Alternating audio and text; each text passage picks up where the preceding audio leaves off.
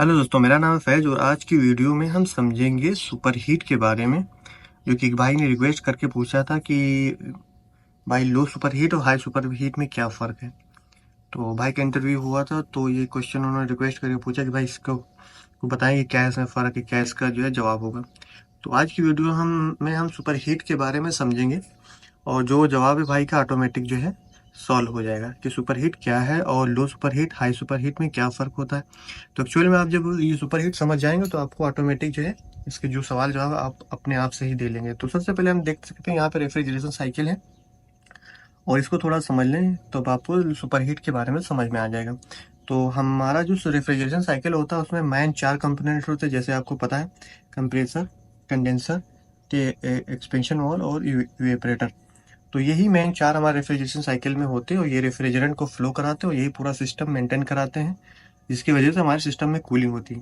लेकिन सिर्फ कूलिंग ही कराना नहीं होता, कूलिंग कराने के साथ और भी कई चीज़ें हैं जो हमारे सिस्टम में जो होना ज़रूरी है। अगर वो चीज़ नहीं होगा तो हमारा जो है कूलिंग नहीं होगा और सिस्टम सही से वर्क करे, वो चीज़ जो है बैलेंस करता है। अगर रेफ्रिजरेटर साइकिल सही से काम करेगा तो होता है कि जो हमारा कंप्रेसर है, जैसे आपको मालूम जो है प्रेशर को हाई प्रेशर में कन्वर्ट करता है।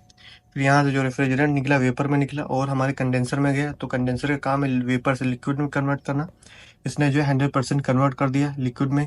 फिर यहाँ पे एक्सपेंशन वॉल लगा हुआ है, तो यहाँ पे जो है हाई हाई प्रेशर लिक्विड को लो प्रेशर लिक्विड में कन्वर्ट करता है। इसका क्या था, जो हमारा वेपर था वेपर को हाई प्रेशर लो प्रेशर को हाई प्रेशर में कन्वर्ट करना था, वेपर को कंप्रेसर का काम था।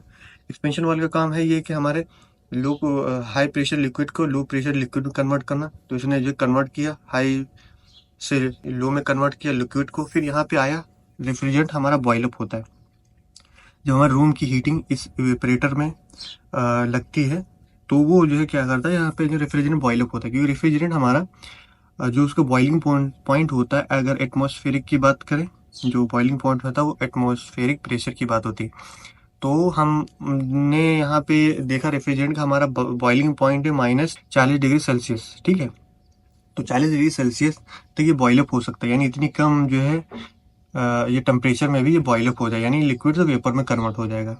तो जो भी ये लिक्विड से वेपर में कन्वर्ट होता है, वही जो 100% वेपर जब बनता है वही सुपर हीट होता है, उसको सुपर हीटेड बोलते हैं कि इतना ये हीट हो गया है कि लिक्विड से वेपर में कन्वर्ट हो गया 100%। तो वो हमको जो कन्वर्ट होता है वेपर 100%, तो उसको हम बोलते हैं सुपर हीट।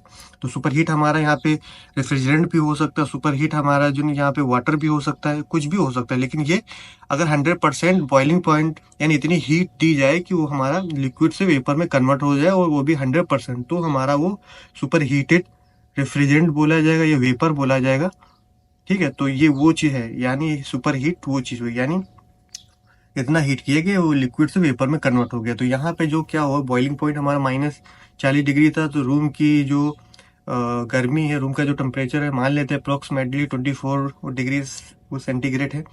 तो उसमें जो है क्या, ये बॉयल अप हो गया, क्योंकि -40 डिग्री तक ये जो है बॉयल अप हो सकता है, लिक्विड से वेपर में कन्वर्ट हो सकता है। लेकिन रूम टेम्परेचर हमारा 24 डिग्री है, तो उसमें ये क्या हो गया, बॉयल अप हो गया 100%।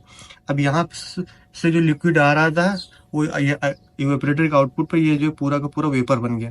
अब 100% जब वेपर बन गया तो यही वेपर हमारा कंप्रेसर के अंदर चला गया, जिसके लिए हमारा क्या है, कंप्रेसर जो हमारा डिज़ाइन होता है वो सिर्फ और सिर्फ वेपर को कंप्रेस करने के लिए डिज़ाइन होता है। और वेपर अगर हमारे सिस्टम में आएगा तो पूरा मैकेनिकल सिस्टम जो है अच्छे से काम करेगा। लिक्विड आएगा तो हमारे कंप्रेसर के लिए हार्मफुल है, कंप्रेसर हमारा डैमेज हो सकता है। तो इसलिए सुपर हीट मेंटेन कराते हैं। सुपर हीट मेंटेन कराने के लिए क्या हमने समझा, कंप्रेसर के लिए एक तो जो है सबसे अच्छा है। दूसरा चीज़ हमारा, जब हम आगे काम करेंगे जो है इस लाइन में, तो यहाँ पे एक होता है टारगेट सुपर हीट।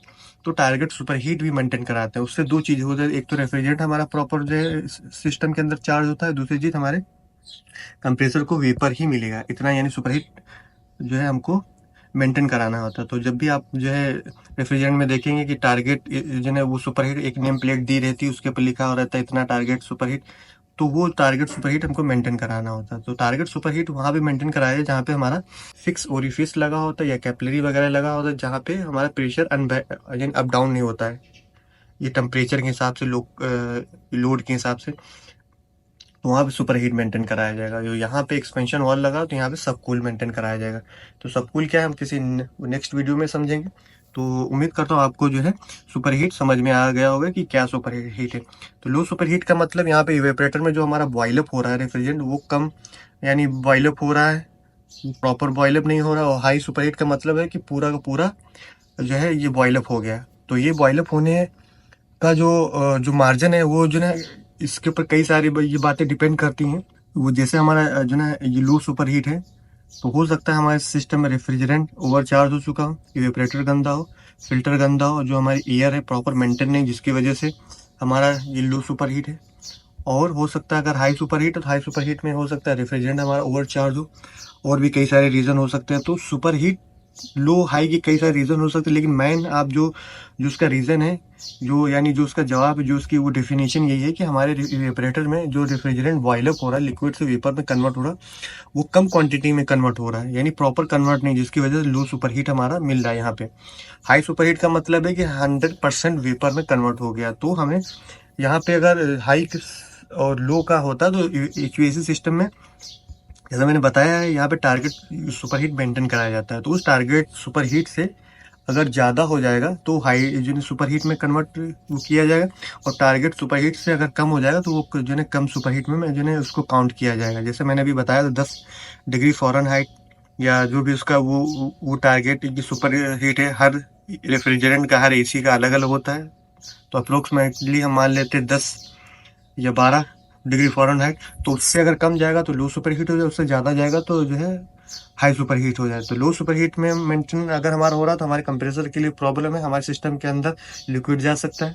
और हाई सुपर हीट है तो हमारे कंप्रेसर में प्रॉपर रेफ्रिजरेंट नहीं है, और हमारा जो कंप्रेसर की वाइंडिंग वगैरह है वो जो है हीटअप हो सकती है, जिसकी वजह से हमें टारगेट सुपर हीट मेंटेन कराना, मतलब मेंटेन कराया जाता है। यानी प्रॉपर सुपर हीट हमारे सिस्टम में मेंटेन होगा तो हमारे रेफ्रिजरेंट जो हमारे सिस्टम में है प्रॉपर रहेगा, जितना हम चार्ज करना चाहें। तो उम्मीद करता हूँ आपको वीडियो समझ में आ गया होगा, और आपको जो आपका डाउट है दूर हो गया होगा। और अगर वीडियो अच्छा लगा तो लाइक करें, और कोई भी डाउट है कमेंट करके आप पूछ सकते हैं। तब तक के लिए नेक्स्ट वीडियो में मिलते हैं। और अगली वीडियो अगर आप कमेंट करेंगे तो मैं सबकूल के बारे में डिटेल में बता देंगे कि सबकूल क्या है। अच्छा, ये थोड़ा समझ लें, सबकूल हमारा हाई साइड पे होता है, सुपर हीट हमारा जो है लो साइड पे होता है। जिस साइड पे कूलिंग होता है उस साइड पे ये सुपर हीट होता है, जिस साइड पे जो हीटिंग होती है आउटडोर लगा उस साइड पे सबकूल होता है।